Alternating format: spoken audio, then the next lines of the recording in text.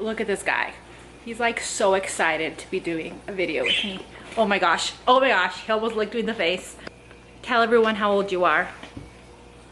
He's 5. He's old now. He's an old fogey. Oh, look at this guy. He's totally taking advantage. Look at this. Oh. Hey guys, what's up? Welcome back to my jungle. So you guys know Max is here on my lap, so he's part of the video. So if you've been dying to see the cutest golden doodle of your life, you just got to see him. Anyways, I hope you guys are doing well. I haven't done a golden doodle video in such a long time, so I thought, hey, you know, I do have a golden doodle. I should probably do a video about dogs. I don't know. What do you guys think?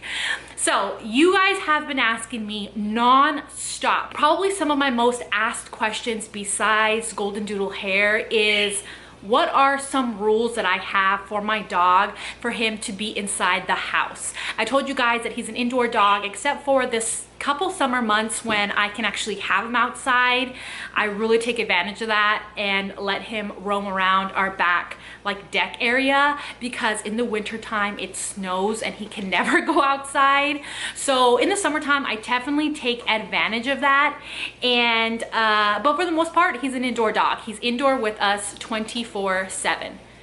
Your dog needs rules inside the house, and so I have rules, and I mentioned to you guys before, there are certain things that he can do and certain things that he can't do, and I have some rules that I've always had ever since he was a puppy for him. So I'm going to share 5 rules that I have for my dog so that he can be an indoor dog, and just rules that he has inside the house. If you guys really like this video and you give me a ton of likes, I'll do a volume 2 video where I share more rules, because I mean, there's more than just 5 rules for him inside the house. But you have to give me some likes if you want to see a part 2 video. Also, you guys, I can always do a video also sharing specific rules for if you have kids. I have 5 kids, so I have specific rules that help keep my kids safe and help keeps Max happy and help them coexist in the same environment where everyone's happy. I have rules for that as well for my kids, and rules for him that have to do with kids. So if you want to see a video like that, comment below, and then everyone just like that comment so that I can know if that's something that'd be interesting to you guys.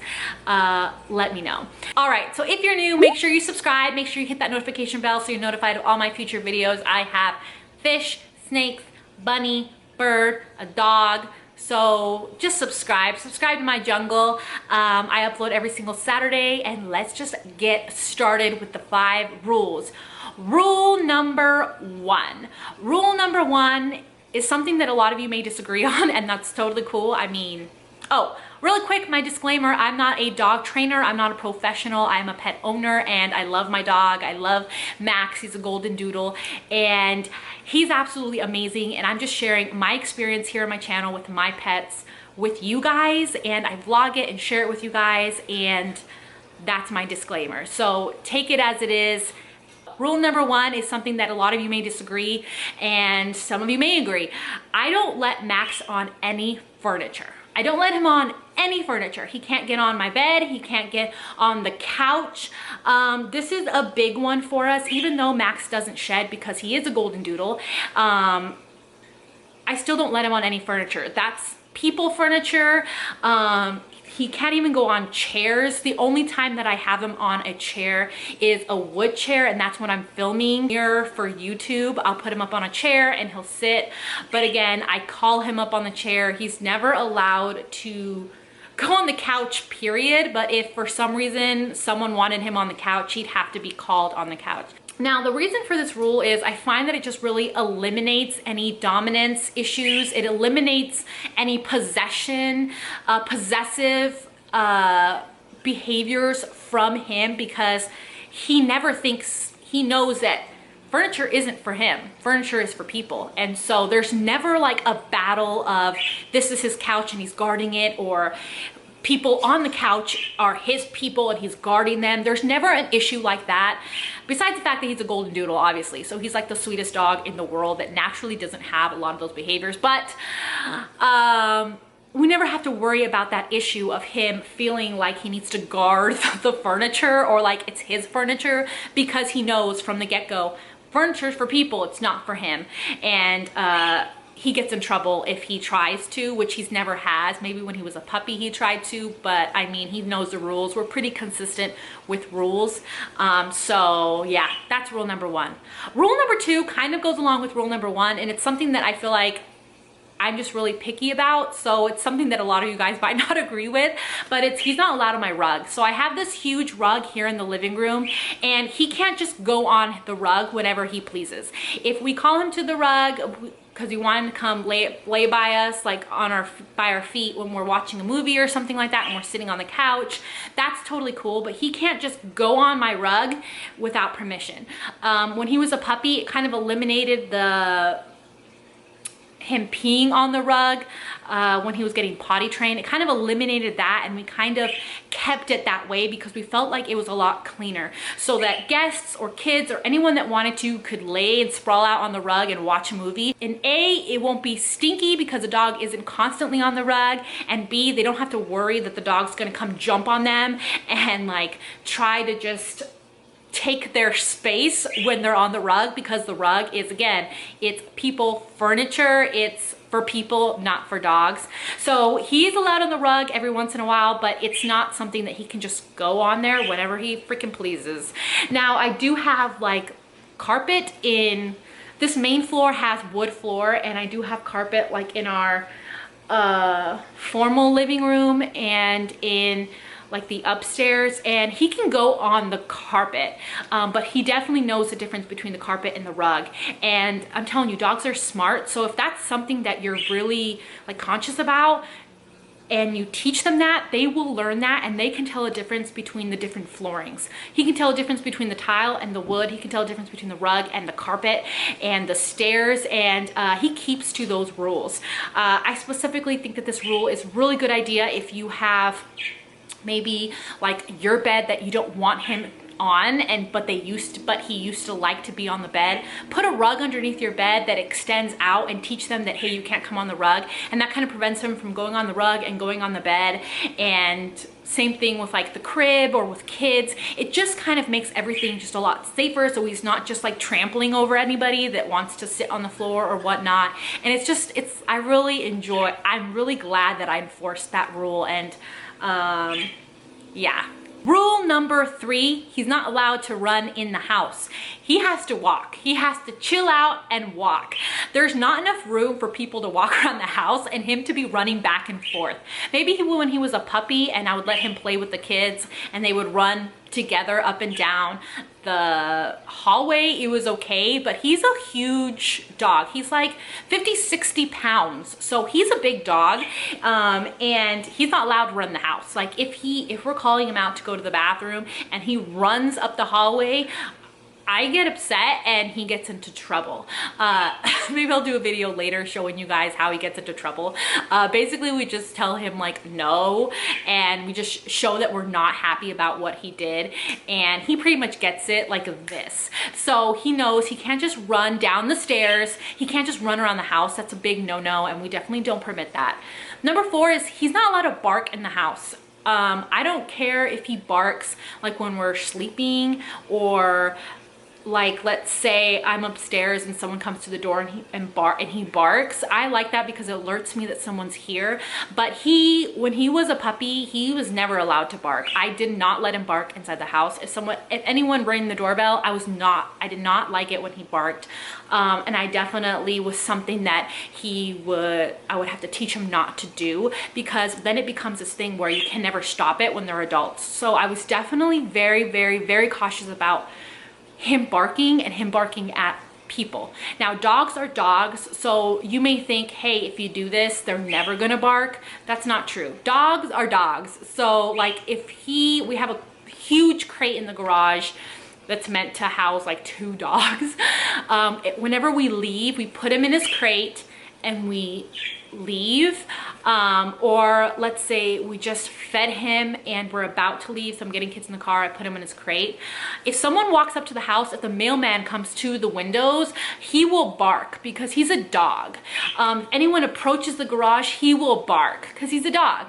So I like that because then he alerts us. The same thing when I put him upstairs and we're sleeping and he hears something, he will bark. But he only barks if it's like a person or hears a legitimate thing. If he just hears random noises, he's not gonna bark at just anything. He's not one of those dogs that's gonna bark out the window because he sees a bird or he sees a squirrel or he sees a car drive by. It's not like that because we specifically taught him not to bark. It's only when he's nervous because something made him nervous, which I like because then he can again alert us if anyone comes in the house, which is one of the main reasons that I have him, just so that he can wake somebody up and he can let me know. There was one time that I actually had my garage door open and the door to the house into the garage open. He was in his crate because I was getting kids their shoes on to go, and the UPS mailman decided to come up and drop a package inside my garage, and he was barking like crazy, and it kind of scared the guy kind of off. But I came outside and I saw what was happening and I'm like, okay, that's kind of weird. That's kind of weird. Well, not too weird. I mean, the guy seemed nice, but I appreciated that he did that because then I could know what was going on, and if that was something that maybe there was someone that wanted to come into the house, I would have been alerted and I was able to know. So dogs are dogs. They'll bark whenever they are nervous or scared or they know something's going on. I mean, they have really good instincts, but he's just not allowed to bark at just anything. If the doorbell rings, he shouldn't be barking. I mean, it just eliminates how many times he barks, and he doesn't bark that often, which is really good. So I know when he does bark, it's actually something serious. That was the longest explanation for one of my reasons ever. Sorry, guys.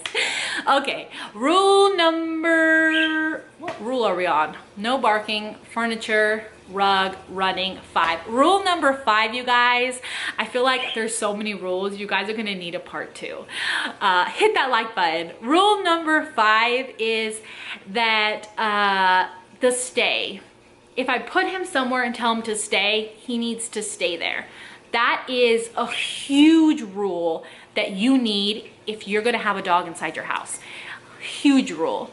So whether it's his bed that you have and you put him on his bed and say, go to your bed, and you tell him to stay, they need to be able to stay for whatever reason. Just in case you decide to have someone come in the house, he's not running up and scaring someone or jumping on someone or knocking people over. Also for me, it was a really important rule because we have an upstairs, a basement, and this main floor, and I don't want him just doing stuff, you know, going up to the bird cage when I'm upstairs putting the kids to nap. So I tell him to stay and he stays put.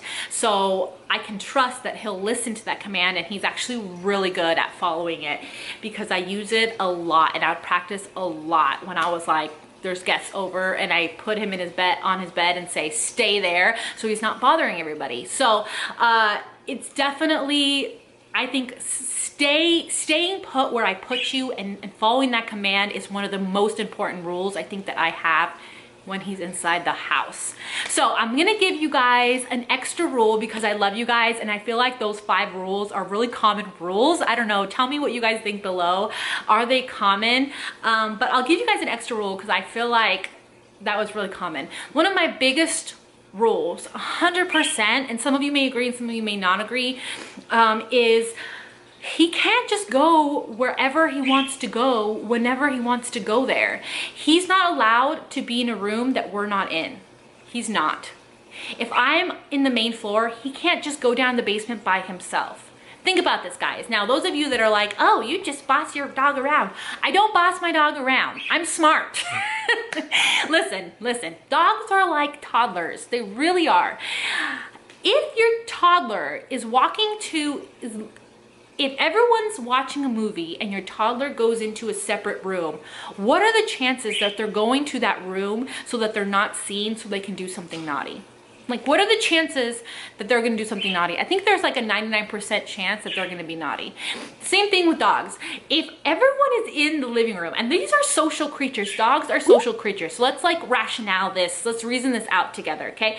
Dogs are social creatures. So they want to be where people are. They want to be with the family because they're really like family-oriented dogs, unless you got like a rescue that just doesn't like to be with anyone. But even then, when you show it love, it wants to be with the family. They're really social. So if you're in the living room and everyone's in the living room hanging out, having a good time, and your dog decides to just start to go upstairs by itself when there's no one up there, what do you think he's gonna do? Like, what do you think he's thinking? Because if they're tired of like the people and they're tired of playing and they just want to go lay down somewhere, they'll go lay down in the same room, like in a corner, and they'll take a nap. Like, that's what they'll do. They don't need to go to a separate room. So what do you think your dog's planning on doing? Well, let me tell you, every single time Max tries to go to a different room, he either decides he wants to go to the restroom for some reason and is trying to hide something, or he wants to go be naughty. He wants to go chew something. He wants to go do something that he knows if we see him do it, he's not going to be allowed to do.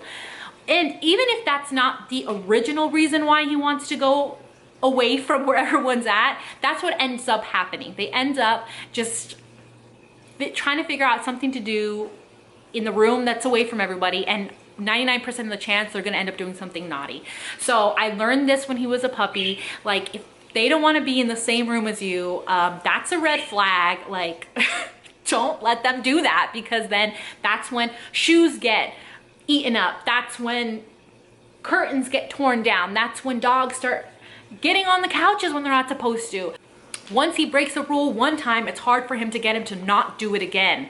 So yeah, Max is always in the same room as us. He's not allowed to just go wander around the house by himself, because he's a dog and I need to be seeing what he's doing and making sure he's not doing stuff that he shouldn't be doing, just to kind of prevent us from getting upset, him from having a bad experience, him from getting into trouble, him from just breaking rules and then becoming a rebellious dog that continues to break the rules because he did it one time and he got away with it. You know what I mean? So yeah, he's definitely not allowed to be anywhere that we're not. Like, he needs to stay in the same area. So those are my rules, you guys. Now it's your turn. Comment below and tell me some rules that you have for your dog, to have them indoors. I really want to know, because I'm just curious to see what kind of things you guys do, what kind of rules you guys implement, what you think is important. It's totally cool if you don't like my rules. That's totally cool, but it works for us. But comment below and tell me one of your rules, or like 5 of your rules, or however many of your rules you want to share. Comment below.